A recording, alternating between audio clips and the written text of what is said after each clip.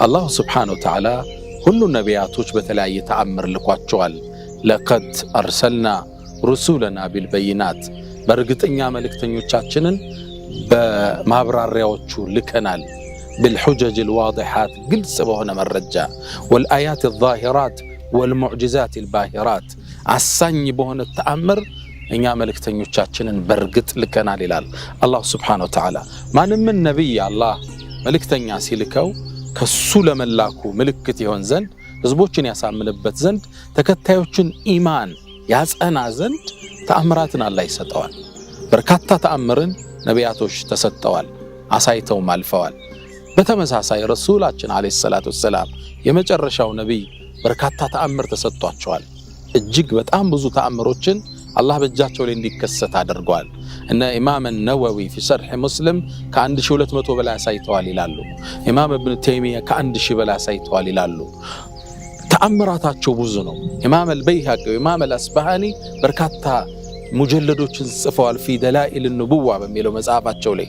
ሌሎቹ 7 ቮሊዩም ከፈሎቹ ደግሞ እስከ 9 ጥራዝ መጽሐፍትን ተአምራታቸውን ብቻ ዘክረዋል።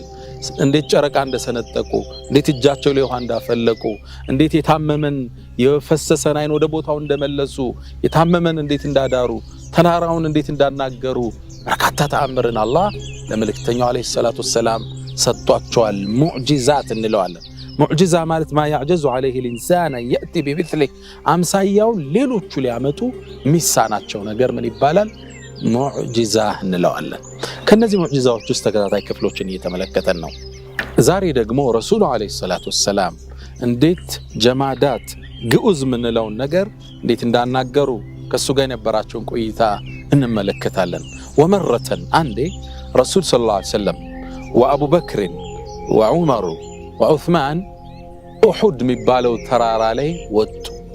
ኡሁድ መዲና ውስጥ የሚገኝ አቅራቢያ የሚገኝ ተራራ ነው። ለሐጅና ለዑምራ ሄዳችሁ ሰዎች ታውቁታላችሁ። ነብዩ አለይሂ ሰላቱ ወሰላም የሚወዱት ተራራ ነው። هذا احد ይሄ እኮ ኡሁድ ነው ይላሉ። يحبنا ونحبه ይሄ ተራራ ይወደናል እንወደዋለን የሚሉት ተራራ ነው ኡሁድ። ታዲያ ወመራ አንዴ መልእክተኛው አቡበክር ስዲቅ፣ ዑመር፣ ዑስማን ወደ ተራራው ወጡ። አብዱላህ ኢብኑ አባስ ነው ሐዲሱን ያስተላለፈው ረዲየላሁ ተዓላ ዐንሁማ። ልክ ሲወጡ ፈረጀፈ الجبل ይላል ተራራው ርግፍ አለ፣ ተንቀጠቀጠ። መልእክተኛው ተራራውን አናገሯ። اثبت احد አንተ احد ተረጋጋሉ። فانما عليك نبي وصديق وشهيدان አሉት። አንተ احد እርጋበል ላይ እኮ ያለው ሌላ አይደለም ነብዩ አለይሂ ሰላቱ ወሰላም ወስዲቅ አቡበክር ስዲቅ ነው ያለው። ወሸሂዳን ዑመርና ዑስማን ነው ላይ ያለ አሉት። يقول ابن عباس فثبت الجبل ترارو ጸጥ ብሎ ረጋ ይላል። ይህ ሐዲስ በጣም ይገርማል። ረሱል አለይሂ ሰላቱ ወሰላም አላህ ከሰጣቸው ተአምር ውስጥ ተራራን እንዴት ያናግሩ እንደነበር እናያለን። ያ ብቻ አይደለም። ከዚህ ሐዲስ ውስጥ የሚገርመው አቡበክር ስዲቅ ስሙ ይታወቃል። ስዲቁ هذه الامه والذي جاء بالصدق وصدق به አቡበክር ነው ተብሏል። ተፍሲሩ ላይ እውነትን ይዞ የመጣና እውነት ያለው ተብሏል።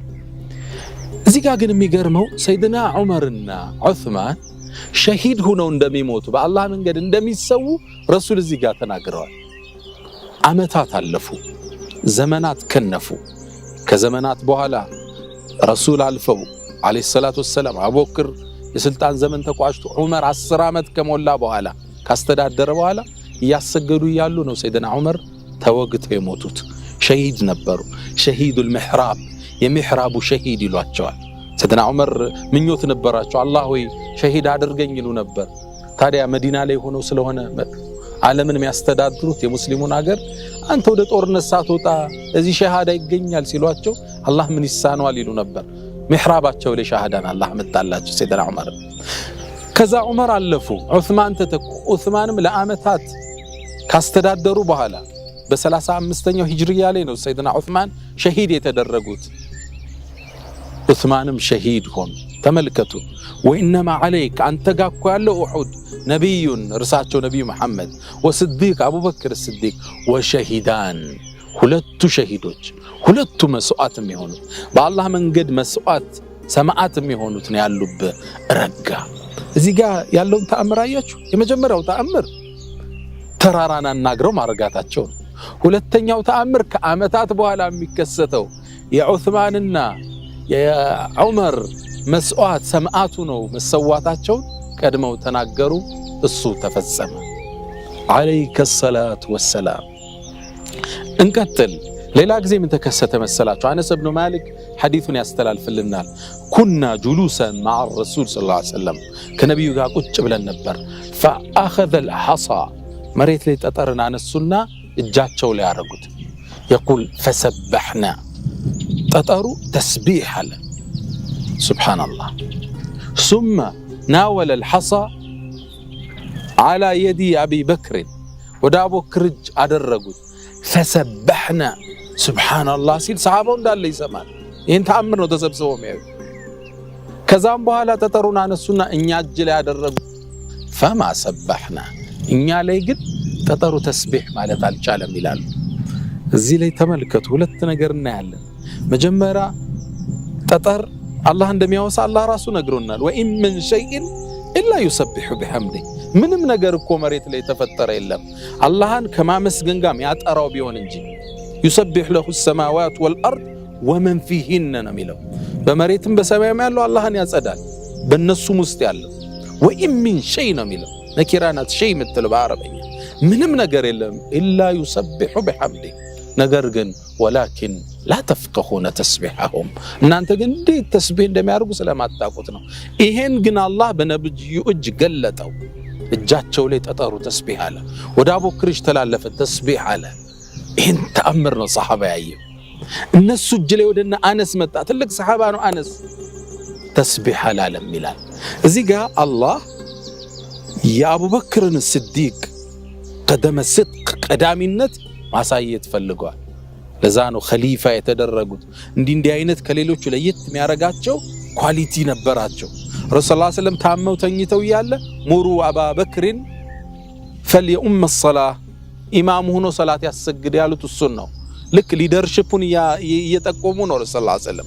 ከኔ እልፈት በኋላም እሱ ነው የሚተካው ሚል ስዕል እየሰጡ ነው መልእክተኛው ዐለይሂ ሰላቱ ወሰላም። ጠጠር እጃቸው ላይ ተስቢህ አድርጓል ዐለይሂ ሰላቱ ወሰላም። ሌላ አንድ ዘገባን ጨምር። ዘገባውን ያወራው ኢብኑ መስዑድ ነው። يقول ከነብዩ ሰለላሁ ዐለይሂ ወሰለም ፊት ምግብ ቀረበ ይላል። አላሁ አክበር። ያኔ ምግቡ ተስቢህ አለ ይላል። ሱብሃንአላህ አልሐምዱሊላህ ሲል ምግቡ ማለት ነው። አላሁ አክበር ሲል ማለት ነው። እነ ኢብኑ መስዑድ ተሰብስበዋል። ይህን ተአምር አይተዋል። ከነዚህ ሶስቱ ታሪኮች ምን እንማራለን? ረሱል ዐለይሂ ሰላቱ ወሰላም በህይወት ዘመናቸው ካሳዩት ተአምራቶች ውስጥ አንዱ ጀማዳት የሚባሉት ግዑዝ የሚባሉት ነገር ላይ ያሳዩት የነበረ ተጨባጭ ነው። ተራራውን አናግረዋል። ጠጠሩ እጃቸው ላይ አላህን አውስቷል።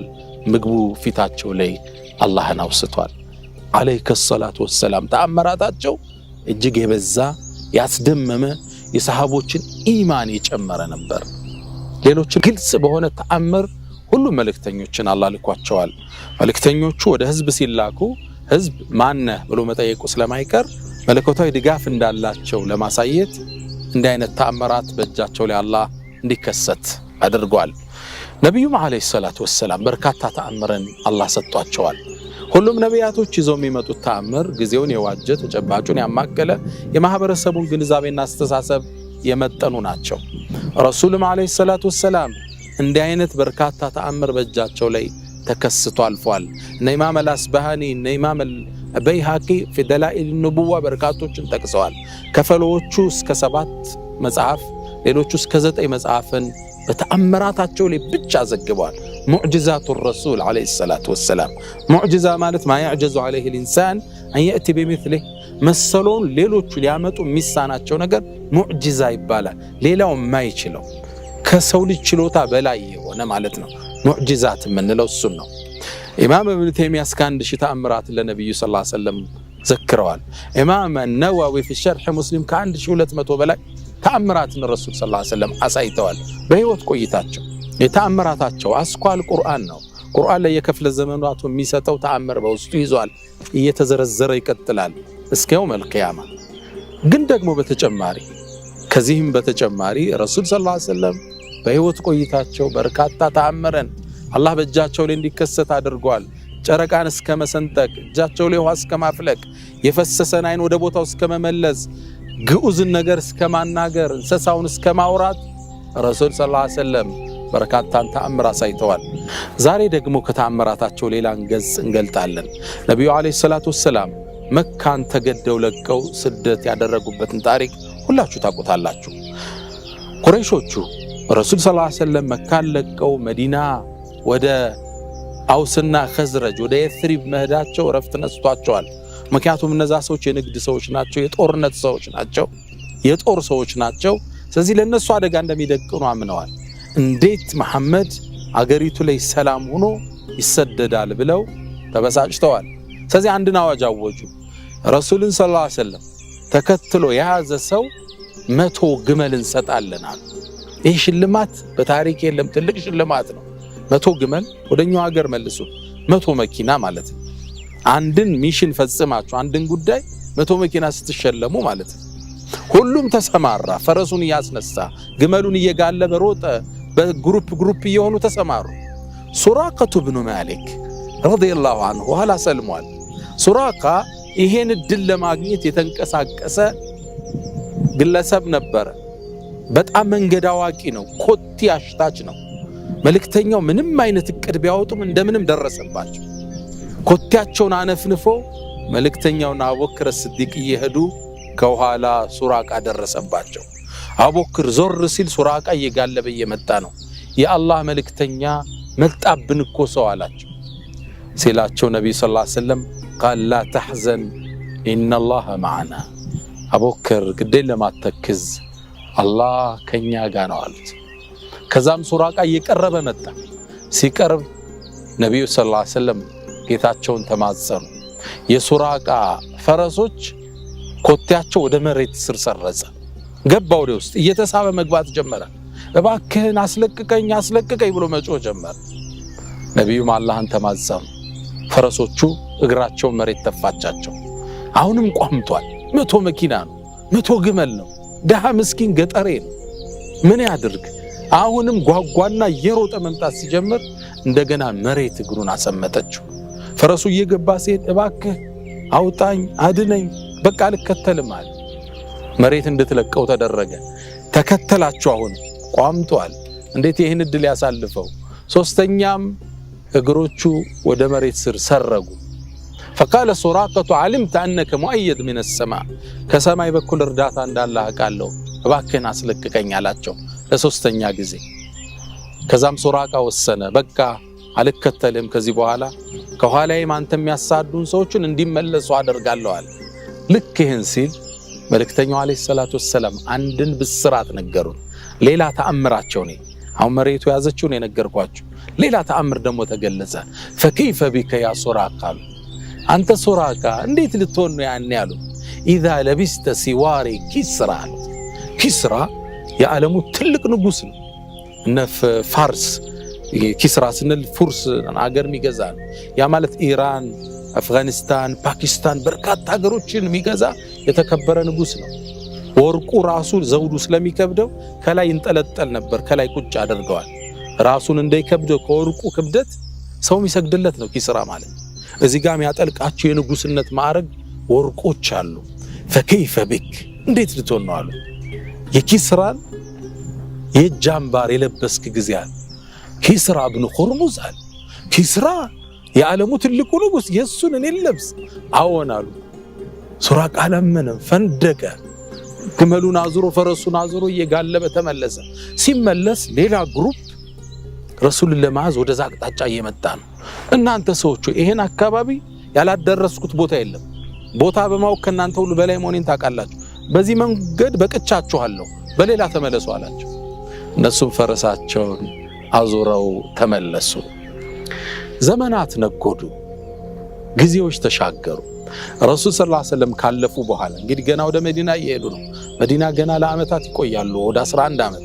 ከዛ አቡበክር ተተክቷል ረዲየላሁ ዐንሁ። ከዛ ዑመር 10 ዓመት ገዝቷል። በዑመር ያገዛዝ ዘመን ሙስሊሞች የተለያዩ የዓለምን ሀገር መክፈት ጀመሩ በድል። ያኔ ኪስራን ሙስሊሞቹ ተቆጣጥረዋል። ያኔ ሲቆጣጠሩ የኪስራ ቤተ መንግስት በሙስሊሞች ወደቀ። የኪስራ አልባሳቶች አምባሮች ወደ ዑመር በስጦታ መጣ። ሰሃባው በተሰበሰበበት መሃል አይነ ሱራቀቱ ብኑ ማሊክ ተባለላቸዋል። ሱራቃ የት ነው ያለው ተባለ።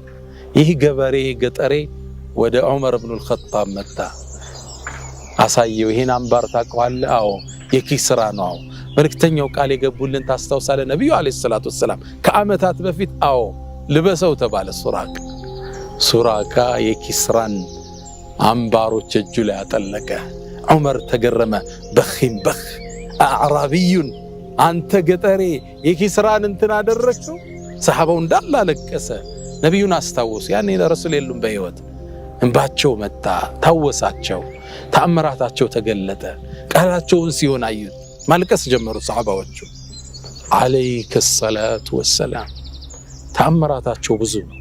ከዚህ የምንማራቸው በርካታ ቁም ነገሮች አሉ። የመጀመሪያው አላህ ሱብሓነሁ ወተዓላ ጀማዳት መሬት እንግዲህ ግዑዝ ነገር ነው። እንዴት ለነቢዩ ሰራዊት ጁንድ እንዳደረገው እናያለን። አላህ ሰራዊቱ የሚያውቀው እሱ ብቻ ነው። እንዴት መሬት ምንራመድባት ነው። ሲፈለግ ግን ምቱጥ ወንዝ ሊያረጋት ይችላል። ሁለተኛ ቁረይሾቹ ይሄን የዲን ብርሃን ለማጥፋት የከፈሉትን የመስዋዕትነት ጥግ እናያለን። 100 ግመል ለአንድ ሰው ለመስጠት 100 መኪና ለአንድ ሰው ሽልማት ሰቡት። መልእክተኛው ያሳለፉትን ችግርና መከራ እንመለከታለን።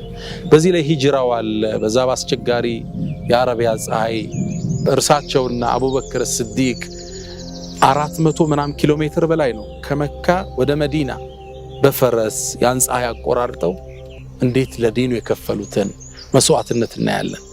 ሌላው በተጨማሪ አምባገነኖች በሂደት ስልጣናቸው እንደሚያጡ የአላህና የመልእክተኛው ቃል በሂደት እንደሚፈጸም ይህ ታሪክ ተጨባጭ ምስክራችን ነው። በርካታ አስተምሮቶችን ማውጣት እንችላለን።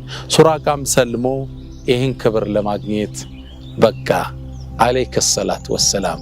ሌሎችን እንመለከታለን። አላህ የነገሰው ይበለን። ሰላም አለይኩም ወራህመቱላሂ ተዓላ ወበረካቱ።